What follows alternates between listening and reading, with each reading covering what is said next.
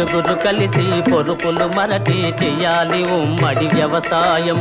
నలుగురు కలిసి పొరుపులు మరచి చెయ్యాలి ఉమ్మడి వ్యవసాయం. నలుగురు కలిసి పొరుపులు మరచి చేస్తే ఉమ్మడి వ్యవసాయం మనకిస్తుందెక్కువ ఫలసాయం. ఇది రైతులకెంతో సదుపాయం.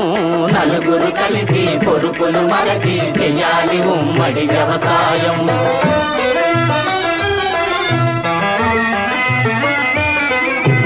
ఒక సంసారం 100 ఎకరాలను పండించడమే అరుదు కదా, అది భరించలేని బరువు కదా. 10 కుటుంబములు 1000 ఎకరాలను సాగు చెయ్యడం సులువు కదా. నలుగురు కలిసి పొరుపులు మరచి చెయ్యాలి ఉమ్మడి వ్యవసాయం.